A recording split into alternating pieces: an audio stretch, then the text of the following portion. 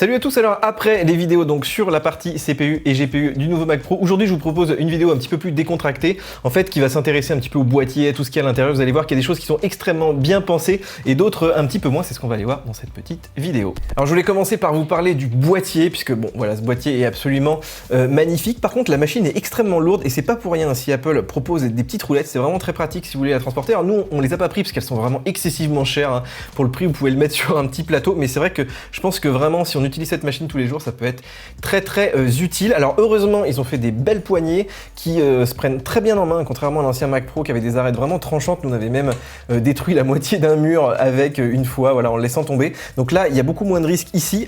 Par contre, je trouve que globalement, c'est une machine qui a l'air assez fragile. Vous voyez que les pieds ici sont tout chromés et c'est dommage parce qu'ils se rayent du coup extrêmement facilement. Là, c'est tout de l'alu. Franchement, voilà, je pense que si ça se prend un choc, ça pardonne pas. Donc voilà, une très belle machine, mais je pense que si vous la déplacez beaucoup, il faudra faire vraiment très attention. Alors Apple a fait le choix d'un boîtier en alu, donc qui est opaque. Il n'y a pas de vitres, de gros jackies comme sur certains PC sur le devant. Mais du coup, on voit pas vraiment si les composants fonctionnent. Moi, plusieurs fois, je me suis demandé si ma carte graphique était bien branchée. Et effectivement, si vous essayez de soulever en fait le couvercle, vous allez avoir un certain nombre de connecteurs qui vont se déconnecter. La machine va entrer dans une espèce de mode panique et elle va mettre la ventilation à fond. En fait, la raison derrière ça, c'est que tout simplement la ventilation est conditionnée par le boîtier. Donc forcément, si vous soulevez le capot, vous allez avoir de l'air qui va souffler un petit peu partout, les composants qui seront pas bien refroidis. Alors il y a quand même un moyen de voir si le Mac Pro est en marche, c'est évidemment qu'il y a une petite diode sur le dessus, et moi je trouve qu'elle est assez mal faite, hein, puisque même quand le Mac Pro est éteint, on croit qu'elle est allumée. Vous avez aussi des diodes derrière pour en avoir aussi au niveau des composants, mais voilà, c'est un certain nombre de compromis forcément entre le design et la praticité. Alors un petit mot sur la connectique qui est plutôt pas mal, même si je trouve qu'il y a quand même quelques défauts. Déjà sur la partie supérieure, donc on a deux ports Thunderbolt, hyper pratique notamment pour brancher ces petits SSD, même pour brancher rapidement un écran. Ensuite ici on a donc le bouton d'alimentation, là aussi très pratique. Par contre on n'a pas de prise jack, voilà, si vous voulez connecter un casque, des fois c'est quand même sympa de l'avoir. On a quand même la prise jack ici sur cette petite carte qui rassemble les entrées et sorties, mais il n'y a pas par exemple d'entrée son, il n'y a que deux ports USB-A, moi j'aurais aimé quand même un petit peu plus. Il y a aussi deux ports Thunderbolt, alors ça c'est pratique par exemple pour les écrans, voilà, si vous avez des longs câbles, mais si vous avez des petits SSD comme ça avec des câbles extrêmement courts, vous avez des disques qui se retrouvent pendus dans le vide.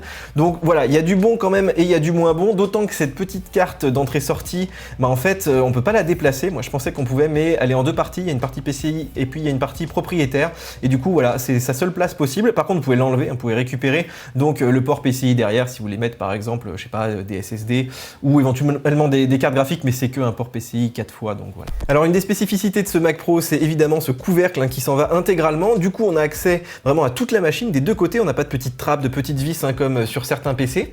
Ce qui a permis aussi à Apple de placer la mémoire donc derrière, ça c'est assez inédit. Ça permet aussi d'avoir plus de place ici pour mettre des cartes, ça permet aussi d'avoir une machine un petit peu plus compacte. Alors seul bémol, effectivement, quand on lève ce capot, c'est que moi j'ai souvent eu le câble d'alimentation, voilà, qui venait avec, hein, même si la machine est éteinte, il faut bien penser à le retirer avant, sinon vous risquez de l'abîmer. Mais sinon voilà, moi je suis assez fan de ce côté un petit peu exosquelette comme ça. Je trouve que vraiment la finition générale de cette machine est absolument incroyable. Alors les amis, on va parler rapidement de sécurité, puisque vous savez que c'est devenu quand même un véritable enjeu, y compris sur Mac. C'est vrai que ça fait quelques années que la part du marché de ces machines intéresse fortement les pirates, et le nombre de malware a même explosé ces derniers temps, hein, notamment les petits logiciels publicitaires qu'on appelle les adware, que vous avez sûrement dû rencontrer un jour.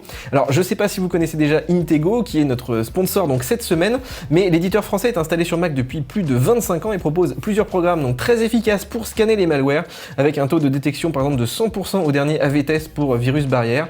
L'éditeur propose aussi donc un pare-feu très efficace avec NetBarrier, et aussi des utilitaires comme Washing Machine pour libérer de l'espace sur votre Mac, ou encore Content Barrier pour le contrôle parental, ou encore Personal Backup pour compléter Time Machine. Alors nous on lance de temps en temps des petits tests ici à la rédac pour se rassurer, voilà, c'est quand même assez utile. Alors à l'occasion de la sortie de cette vidéo, Intego vous offre 50% sur la suite X9, donc pour ça il suffit de cliquer sur le petit lien que je vous ai mis donc dans la description. Alors je voulais vous montrer aussi 2-3 petites choses assez intéressantes à l'intérieur. Déjà ce petit bouton, on l'a vu au moment du déballage, donc qui permet de verrouiller les cartes PCI Express, ça c'est vraiment très pratique. Juste un clic comme ça, vous verrouillez ou vous déverrouillez l'ensemble des cartes, ça évite de les retirer par exemple par inadvertance.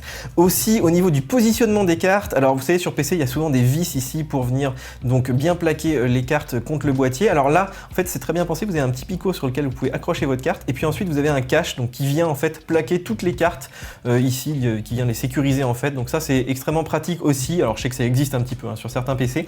Et puis un dernier point, ici au niveau de chaque port PCI Express, vous avez donc des petits rails qui permettent de mettre des cartes pleine longueur. Je vous rappelle que chaque carte évidemment est normée, donc a priori ça rentre sans problème. Donc ça, extrêmement pratique. Et puis un dernier point aussi au niveau des alimentations, puisque à l'intérieur on a des petits connecteurs internes propriétaires.